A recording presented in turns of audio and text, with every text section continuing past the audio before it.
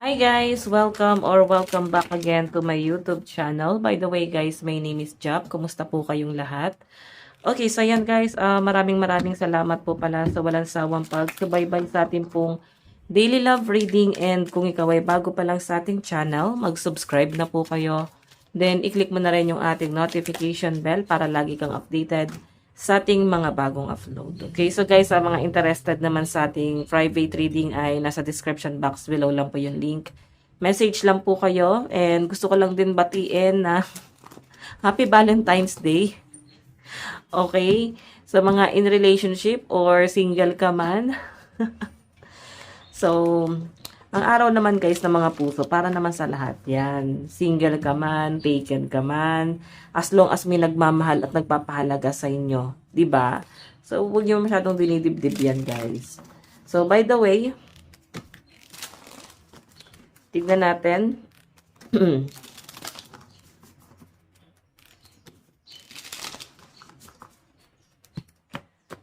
So, kanino po itong love reading spirit guide?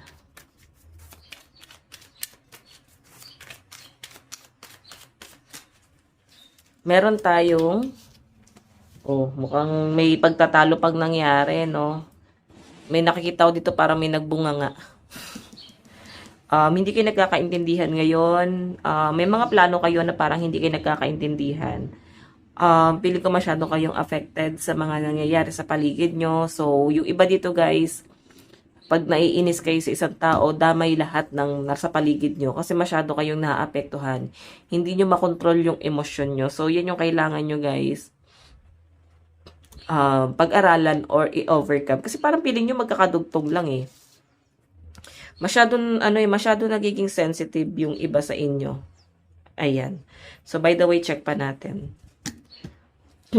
Ayan o. So, possible guys na kung may pagtatalo sa inyo ngayon, parang nananahimik na lang or yung isa lumalayo na lang, ayaw na lang masyadong pag-usapan yung mga issue ngayon. Hindi na lang siya guys masyadong binibig deal. So, nangyayari guys, lumalala yung sitwasyon kasi ikaw, nakikita kita na parang gusto mo ng sagot pero hindi mo nakukuha sa person mo kasi mas madalas siyang umiiwas. Pag may tinatanong ka sa kanya, pag may confrontation na nangyayari, so, mas umiiwas itong person mo. Yan. By the way, check pa natin.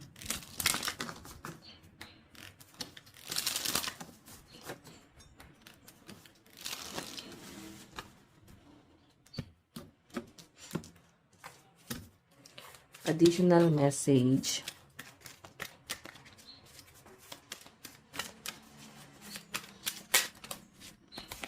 Meron tayong Knight of Cups. Okay. Knight of Cups. Ayan, susuyuin ka naman pala eh, kahit nagtatalo kayo. So, meron ka guys, something na hindi mo ina-expect na gagawin itong taong to. So, possible na iso-surprise ka niya, bibigyan ka niya ng gift. Pwede may pa-flowers sa inyo. So, ayan yung nakikita ko dyan guys, oh.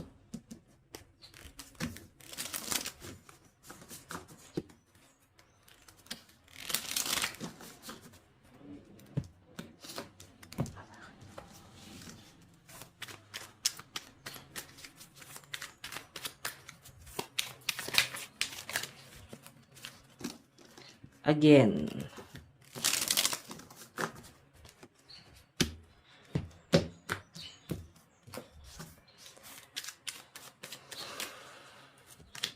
O, diba?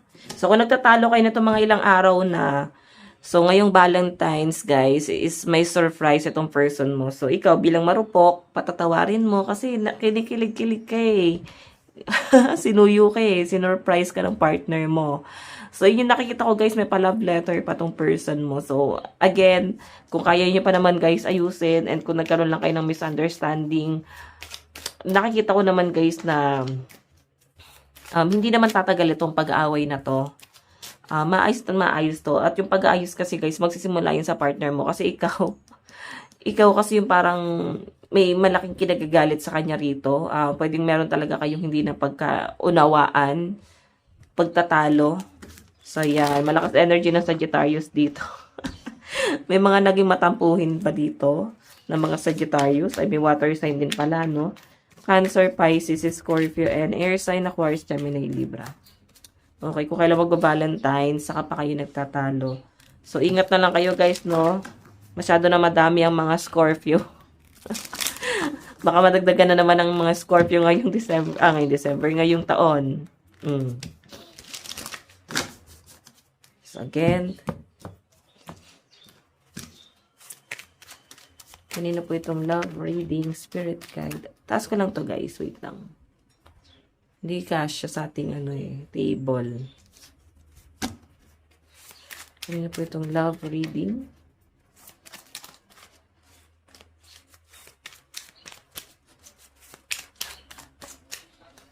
Meron tayong 3 of Cups.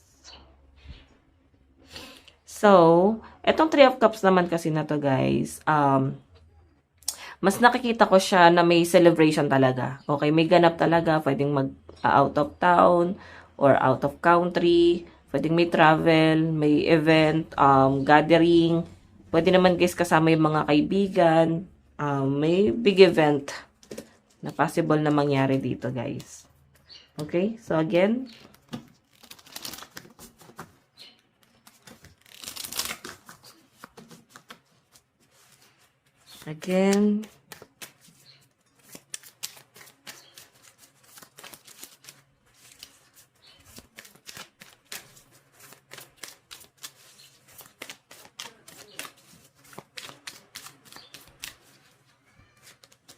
meron tayong the sun.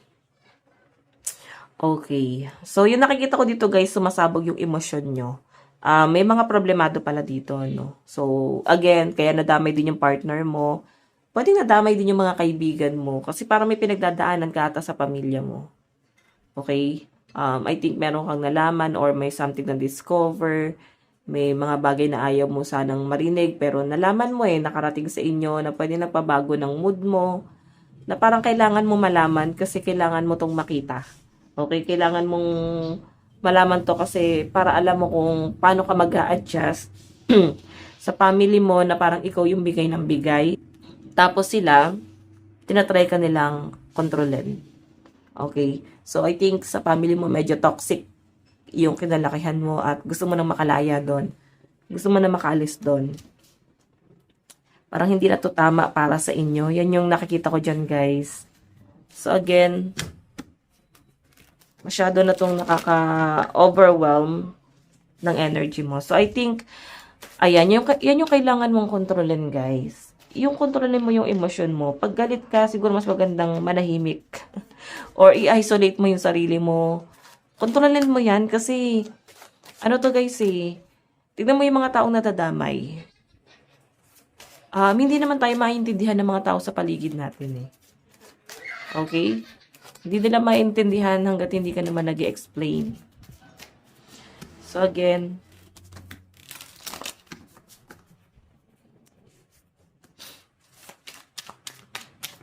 pero nakaka-boring din, di ba? Ba't kailangan pa mag-explain? So, yan, 2 of Cups. Parang hindi mo na makita kung sino yung totoong kakampi mo. Kasi parang feeling mo lahat sila, binebetray ka, lahat ng mga nasa circle mo, parang may nasasabi sa inyong hindi maganda. So, kung makita nyo, guys, naka-reverse yung 2 of Cups. Parang hinahanap mo kung sino talaga yung totoong kakampi mo.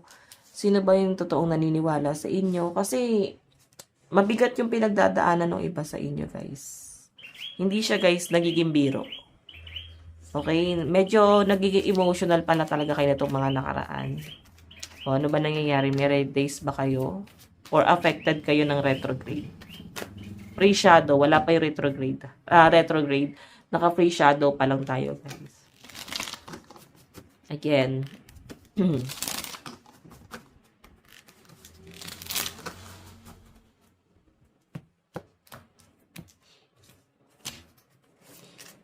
Again.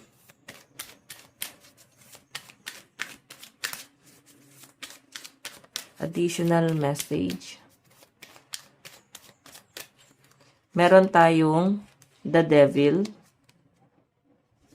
Ayan, no, may toxic na nangyayari. So, guys, may nagpapatrigger talaga sa inyo.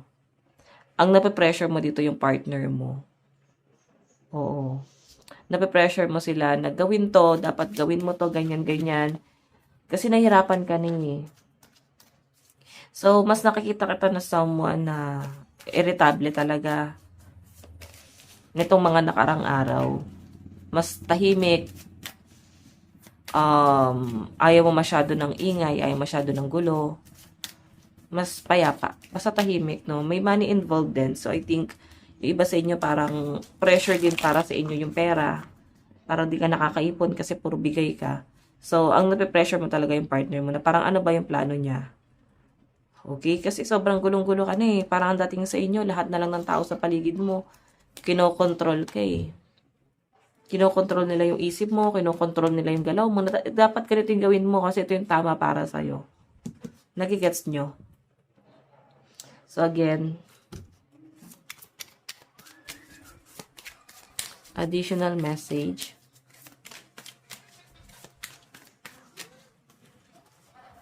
Meron tayong Six of Swords. So, yung nagiging sagot, guys, is relocation. So, kung sa tingin mo magkakaroon ka ng peace of mind sa malayo, do it. As long as nakakatulong to sa mental health mo, as long as nabibigyan ka ng peace of mind na itong bagay na to, gawin mo. Kasi yung nakikita ko sa inyo, guys, nakaka-stress talaga to. Sobrang nakaka-stress talaga to. Kasi Six of Swords eh. Ang pinaka nagiging sagot ng iba sa inyo, guys, is mag-relocate. Lumipat ng bahay, lumipat ng lugar. Kasi hindi na siya, guys, healthy. Okay? So, I think, binibigay naman ng partner mo. Yung, ginagawa naman niya ng paraan. Pero siya kasi, guys, kalmado. Hindi mo katulad na parang balisa. Parang hindi mo makontrol yung isip mo. Daming tumatakbo sa isip mo. As in, nababalisa ka rito. Okay? So, check pa natin.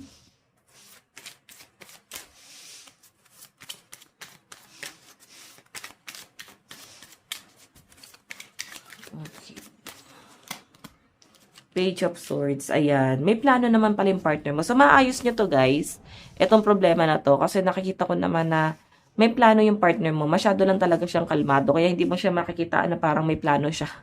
Kasi tahimik lang. Tas parang go with the flow. Pero, masaya siya, ina-enjoy niya yung buhay niya, pero nag-iisip na yan ng solusyon. Mukha lang wala talaga. Mukha lang talagang wala siyang plano, mukha lang talagang wala siyang solusyon. Pero nag-iisip na to ng solusyon. Okay? So, huwag nyo guys masyadong pressurein kasi ito na lang yung naging kakampi nyo. And yung mga kaibigan nyo. Sila na lang talaga yung nagiging kakampi nyo. Kaya tatagan nyo, lakasan nyo yung loob nyo. Magpakatatag kayo, okay? Check pa natin.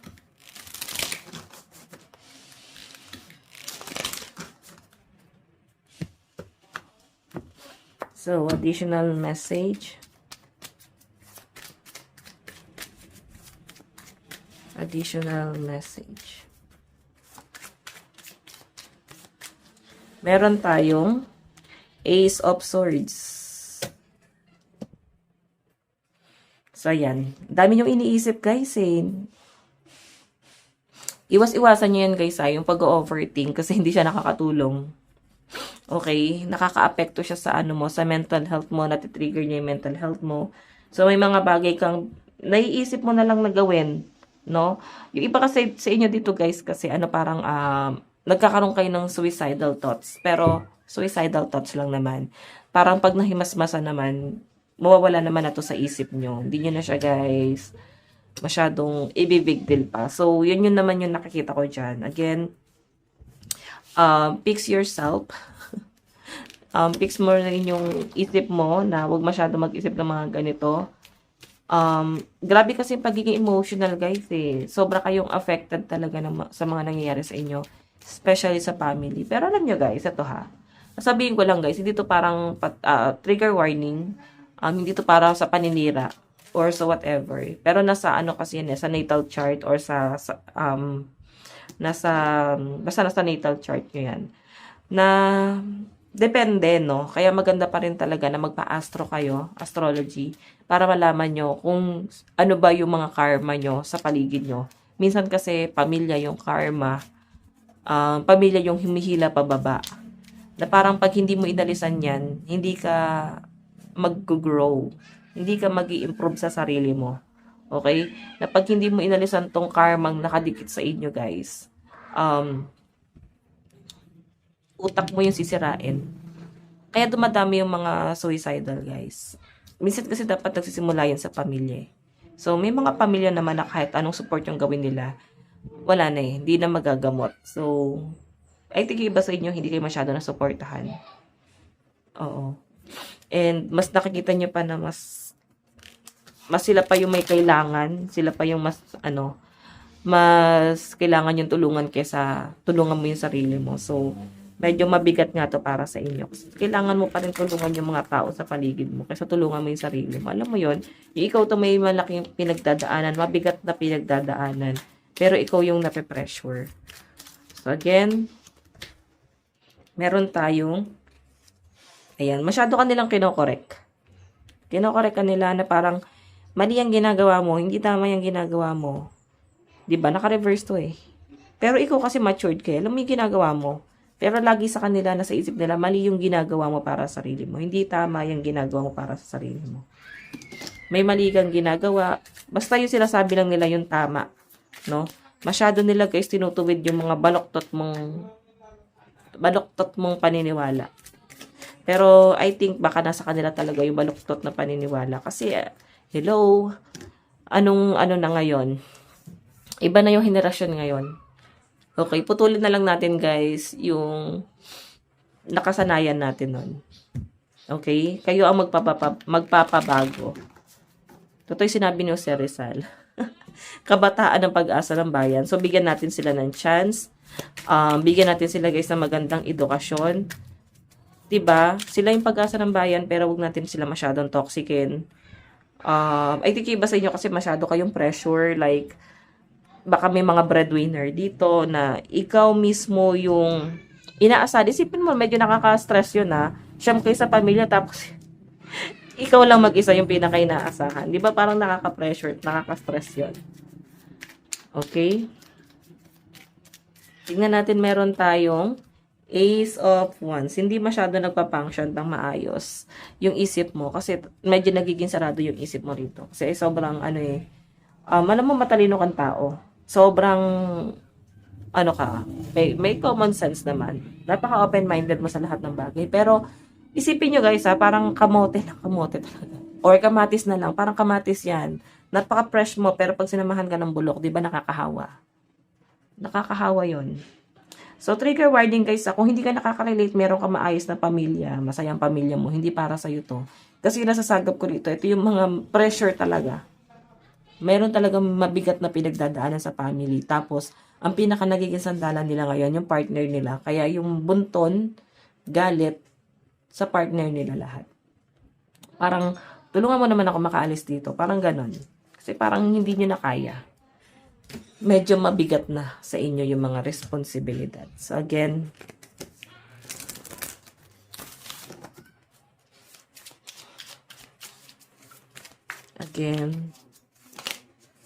kanina po itong love reading.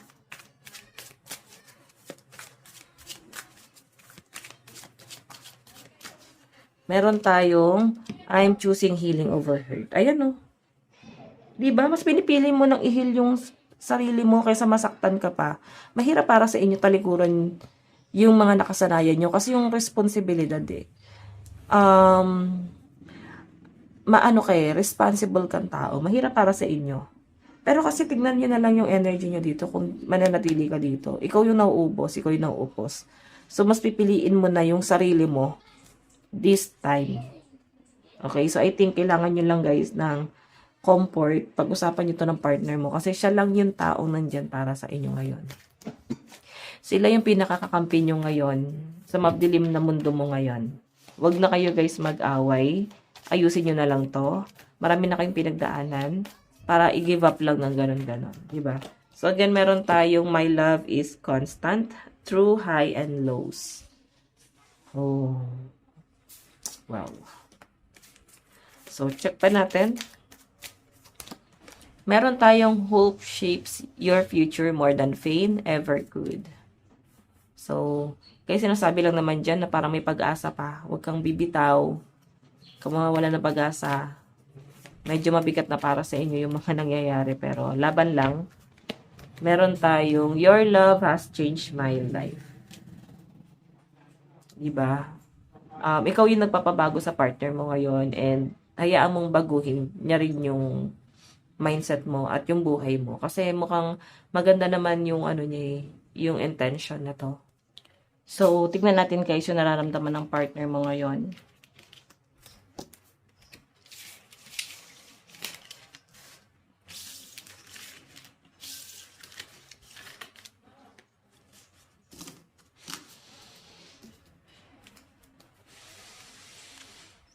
Okay, ayusin ko lang to.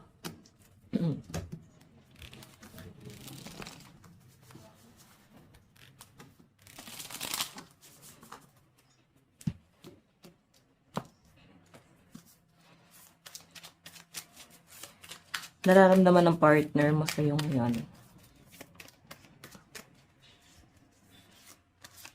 Meron tayong 4 of Wands. Celebration nga to guys, or wedding. So, ibig sabihin, nakikita kanya na someone na ikaw na talaga yung gusto niya makakasama. Ikaw na talaga yung gusto niyang pakasalan. Okay? So, I think, bigyan mo ng chance, no? And, hindi ko man sinasabi na may problema sa inyo, pero yung pagiging mainitin ng ulo guys, ibaba mo yan. Hindi siya makakabuti. Ikalma nyo yan.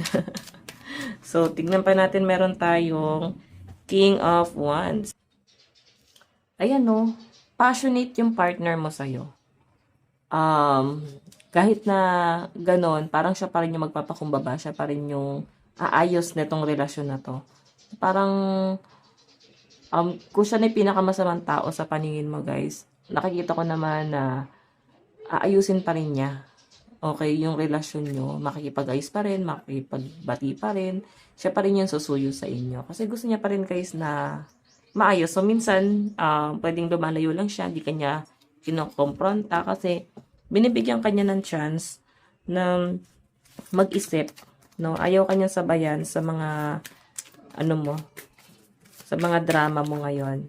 So, binibigyan kanya ng time na mag-isip. Pero alam niya naman yung gagawin niya. Okay? Meron tayong 6 of Wands.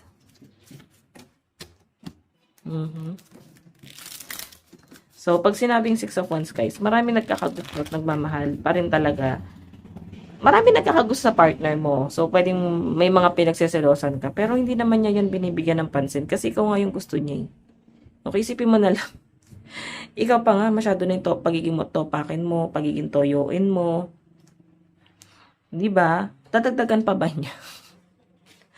So, I think itong selos mo, medyo baba mo na lang. Unawain niyo isa't isa. Maging matured kayo. Okay? Hindi na makakatulong yung mga negative sa paligid nyo. Kasi, siya yung kakampi mo ngayon dito.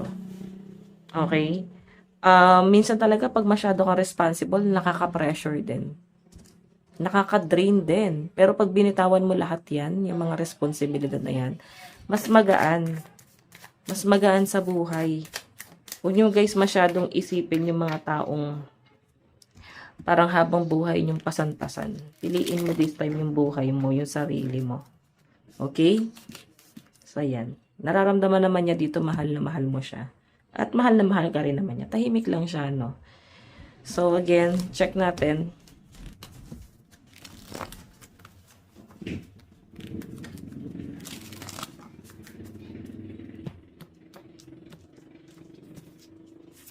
Paano kanya nakikita ngayon? Paano ka nakikita ng partner mo ngayon? Meron tayong 3 of Pentacles. Ayun, kung yung sindo pinagsisilosan mo, malingat lang siya sa iba, big deal na sa inyo. So, guys, yung pagiging silosa rin guys, hindi makakabuti. Sabihin, masyado nyo kinokontrol.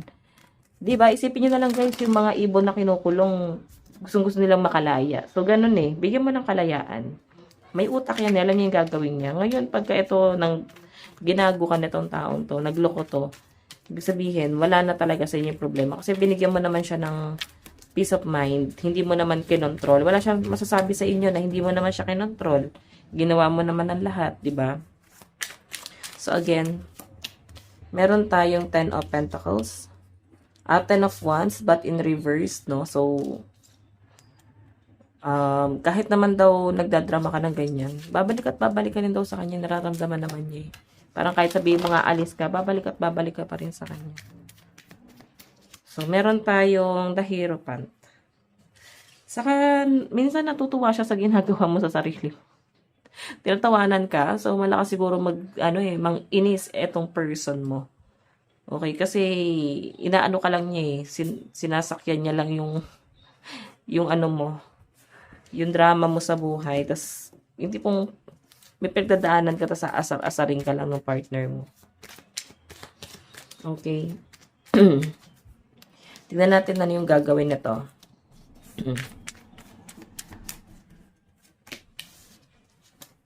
Oh.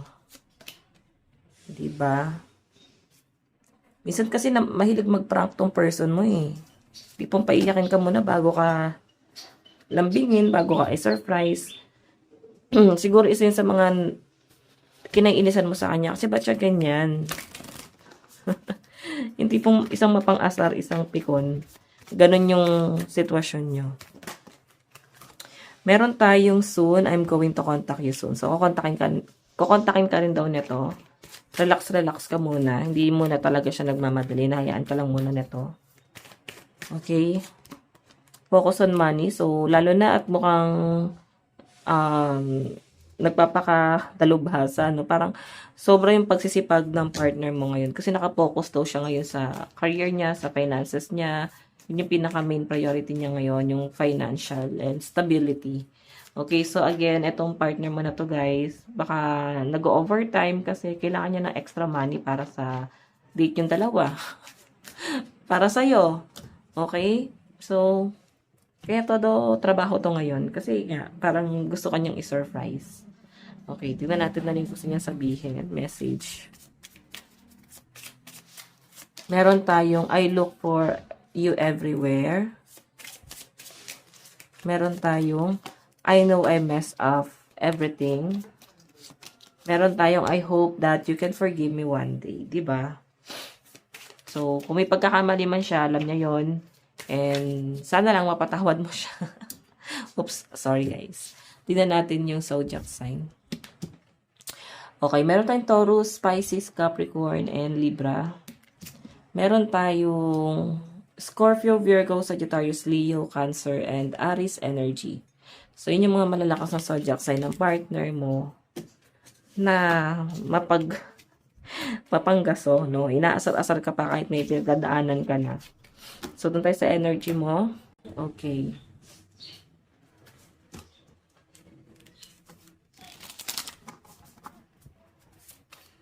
Ano yung nararamdaman?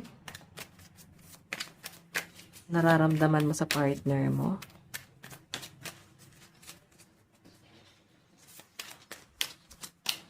Ayan, nag-aantay ka ngayon, 'di ba? Drama-drama ka ngayon.